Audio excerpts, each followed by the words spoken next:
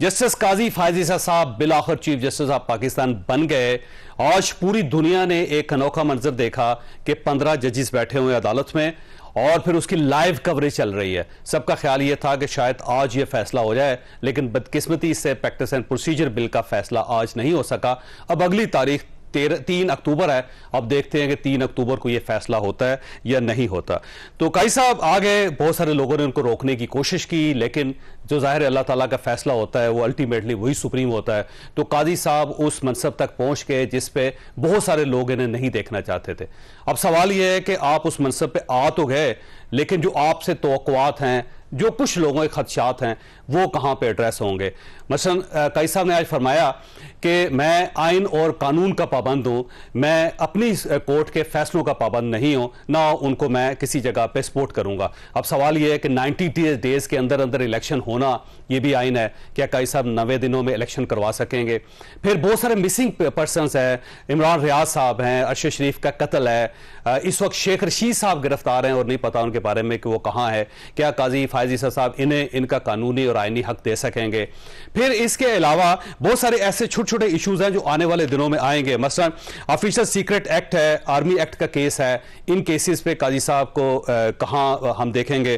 फिर military courts का issue है, अब मिलिट्री कोर्ट्स का इशू जब आएगा तो काजी साहब जाहिर है उन्हें को पोजीशन लेनी पड़ेगी। इसके साथ साथ 90 दिन के इलेक्शंस का मैंने आपको बता दिया। तो बहुत सारी ऐसी चीजें हैं जो आने वाले दिनों में अनफोल्ड होंगी और काजी फायज ईसा साहब को वहां पे स्टैंड लेना पड़ेगा। और इसके साथ साथ ये जो अदालत के बारे में कहा जाता था कि पाकिस्तान की सबसे बड़ी अदालत के अंदर तकसीम है, क्या वो तकसीम खत्म हो सकेगी या नहीं? तो बहुत सारे सवाल है जो हम आज के शो में डिस्कस करेंगे। हमारे साथ तशरीफ रखते हैं हसन रजा पाशा साहब, सीनियर वकील हैं, बैरिस्टर गोहर अली साहब, ये भी सीनियर वकील हैं, और अशतर उसाफ साहब हमारे साथ तशरीफ रखते हैं, साबिक अटॉर्नी जनरल हैं। अशतर साहब आपकी तरफ आऊंगा। देखिए मियां नवाज शरीफ साहब भी आ रहे हैं और इसके साथ साथ इमरान खान साहब जेल के अंदर है। फिर चौधरी परवेज लाई साहब जो हैं उनको कभी इस शहर से उस शहर पर, उस शहर से इस शहर। तो ये सारी जो सूरत आपके सामने, तो इसमें सुप्रीम कोर्ट ऑफ पाकिस्तान और नए चीफ जस्टिस को कहां देखते हैं आप? देखिए, आपने बहुत सारा अपने इंट्रो में बहुत सारी तवक्कुआत भी लगा दी और बहुत सारा बोझ भी डाल दिया चीफ जस्टिस ऑफ पाकिस्तान के ऊपर। हर मनसब का तकाजा होता है, लेकिन चीफ जस्टिस ऑफ पाकिस्तान तनहा नहीं है इस पे तमाम उन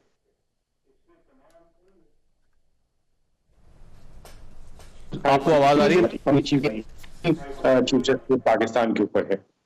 और याद रखिए कि हम जब सारी की सारी जो अपनी तवज्जो है मरकूज कर देते हैं सुप्रीम कोर्ट ऑफ पाकिस्तान पे, तो क्या हम नो कॉन्फिडेंस नहीं कर रहे? हम ये वोट नहीं दे रहे कि जी हाई कोर्ट्स के ऊपर हमें कोई एतबार नहीं है, हाई कोर्ट्स के अंदर केसेस नहीं चलने चाहिए, सारे के सारे केसेस जो हैं वो सुप्रीम कोर्ट ही में जाने चाहिए। और यही तो एक चीज है जिसका अब आइंदा आने वाले दिनों में तयन होना चाहिए। और वो तयन क्या होना है कि 184(3) का दायराकार है क्या, और कौन से मामलात हैं जो कि एक्सेप्शंस में आए कि वो सुप्रीम कोर्ट में जा सके डायरेक्टली। मेरी राय में तो डायरेक्टली जाने भी नहीं चाहिए, सवाल वो मामला। यस साहब, आपकी बात दुरुस्त है, क्योंकि देखें पहला दिन गुजरा है चीफ जस्टिस साहब का, वो बड़ा अच्छा है कि उन्होंने अपनी बेगम को खड़ा किया हलफ के दौरान, बहुत अच्छी बात है। गो इसकी सिंबॉलिक वैल्यू है, लेकिन इसकी वैल्यू है, ये होना चाहिए। और इसके साथ साथ प्रोटोकॉल नहीं लिया उन्होंने, नहीं लेना चाहिए। फिर गाड़ी उन्होंने आम जजेस जैसी इस्तेमाल की, ये भी बहुत अच्छी बात है। फिर गार्ड ऑफ ऑनर नहीं लिया उन्होंने, ये भी बड़ी अच्छी बात है। फुल कोर्ट उन्होंने आज बुलवा लिया, ये भी बड़ी अच्छी बात है। लेकिन इसके साथ साथ 57,000 केसेस भी हैं सुप्रीम कोर्ट ऑफ पाकिस्तान में। अगर आप उन केसेस को एड्रेस नहीं करते, उनकी तादाद अगर कम नहीं करते, तो इस सब चीजों का कोई फायदा नहीं होगा। अशतर साहब, यही तो मैं अर्ज कर रहा हूँ कि असल में ये डिस्ट्रीब्यूशन ऑफ वर्क जो है वो सिर्फ सुप्रीम कोर्ट के अंदर ही की बात नहीं है। ये इसी तरह है कि जहां दादरसी लोगों को मिल जाए हाई कोर्ट्स के अंदर, और वो चाहे वो उनके खिलाफ हो चाहे वो उनके हक में हो, अगर वो सेटिस्फाइड हो कि हाँ हमारी सुनवाई हुई है, प्रॉपर तरीके से सुनवाई हुई है, और तो वो सुप्रीम कोर्ट के ऊपर बोझ नहीं होगा। साहब आपकी आवाज नहीं है, दोबारा आपसे राब्ता करूंगा। जी मैं दोबारा आऊंगा आपकी तरफ, आवाज आपकी उसके अंदर जरा ब्रेक हो रही है। गौहर साहब ये बताइए आपकी क्या एक्सपेक्टेशन है, क्योंकि इमरान खान साहब जेल के अंदर हैं और उससे पहले तो ये उम्मीद होती थी कि कहीं ना कहीं कोई ना को तो एक दरवाजा तो है, उमर अताब बंदयाल साहब बैठे हुए हैं, उन पे दस्तक देंगे, वो कहीं ना कहीं से सपोर्ट मिल जाएगी, तो अब जाहिर है वो जो चेंज होगी सब कुछ। तो अब नहीं चौधरी साहब ऐसा नहीं है, नहीं कभी एक जज से कभी ऐसी उम्मीद लगाए रखी है और नहीं इस बात पे बिलीव करते कि किसी एक जज से उम्मीद लगानी चाहिए। हमें सुप्रीम कोर्ट से उम्मीद है और हमें कानून पे पूरा यकीन है। अगर हमारे साथ नाइंसाफी हुई है और हो रही है उसके इंशाअल्लाह ताला मुदावा होगा और हमें इंसाफ मिलेगा और इन्हीं कोर्टों और जजेस से मिलेगा। मैं एक बात का जरूर जिक्र करूंगा, हमने चीफ जस्टिस को ऐसा समझा जिस तरह वो प्राइम मिनिस्टर होता है। प्राइम मिनिस्टर एक पॉलिटिकल फिगर आता है, वो आ जाता है, उसकी एक पॉलिसी होती है, उसके साथ कैबिनेट होता है, वो कैबिनेट को हिट कर रहा होता है। चीफ जस्टिस ऐसा नहीं हुआ करता। लेकिन सर पाकिस्तान में चीजें बदल रही हैं। चीफ जस्टिस जो है, प्राइम मिनिस्टर जब आता है ना तो इसी तरह सेलिब्रेट किया जाता है, यही है, आर्मी चीफ की सेलिब्रेशन होती है, पहली मर्तबा चीफ जस्टिस की। तो साहब चीफ जस्टिस जो है he is the senior most amongst equal. अब वो सारे एक जैसे जजेस है। मौजूदा चीफ जस्टिस ने अगर आप लोगों को डिलीवर करना है, जो मुझे उम्मीद है इंशाल्लाह वो करेगा।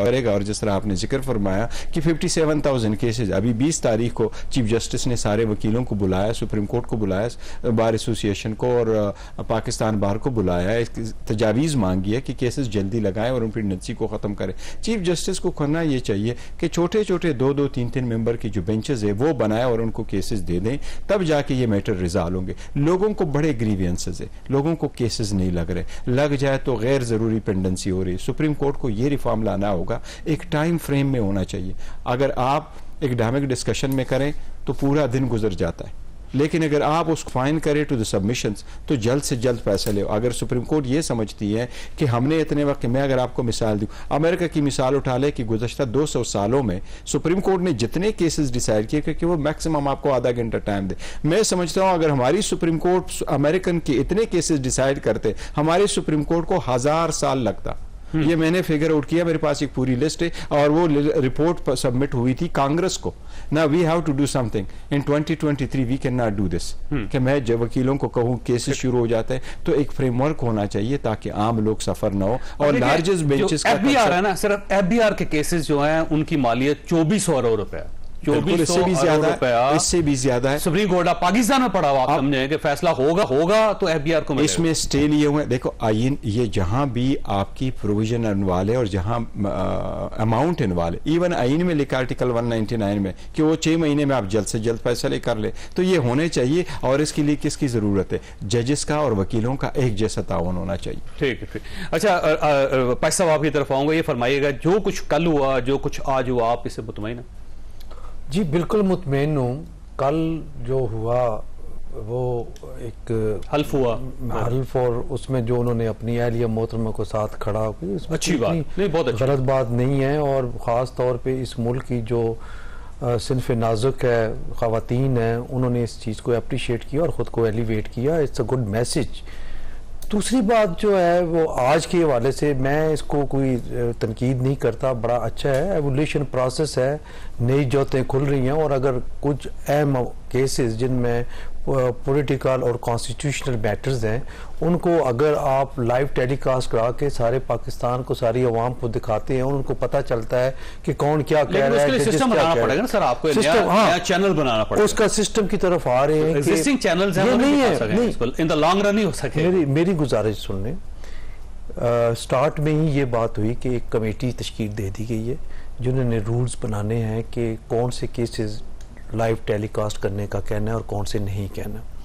तो यकीनन हर केस के लाइव टेलीकास्ट नहीं होगा, ना ही हर बेंच का ये मुमकिन है, जो कि हमारे पास जितना इंफ्रास्ट्रक्चर है। लेकिन अगर इस किस्म के केसेस जिसमें लार्जर बेंच हैं और कॉन्स्टिट्यूशनल और पॉलिटिकल मैटर्स हैं जहाँ पे पूरी कौम इन्वॉल्व होती है, तो वहाँ पे अगर बन जाता है तो कोई ऐसा पॉलिटिकल केसेस जो हैं उसे उन्हें कॉन्स्टिट्यूशनल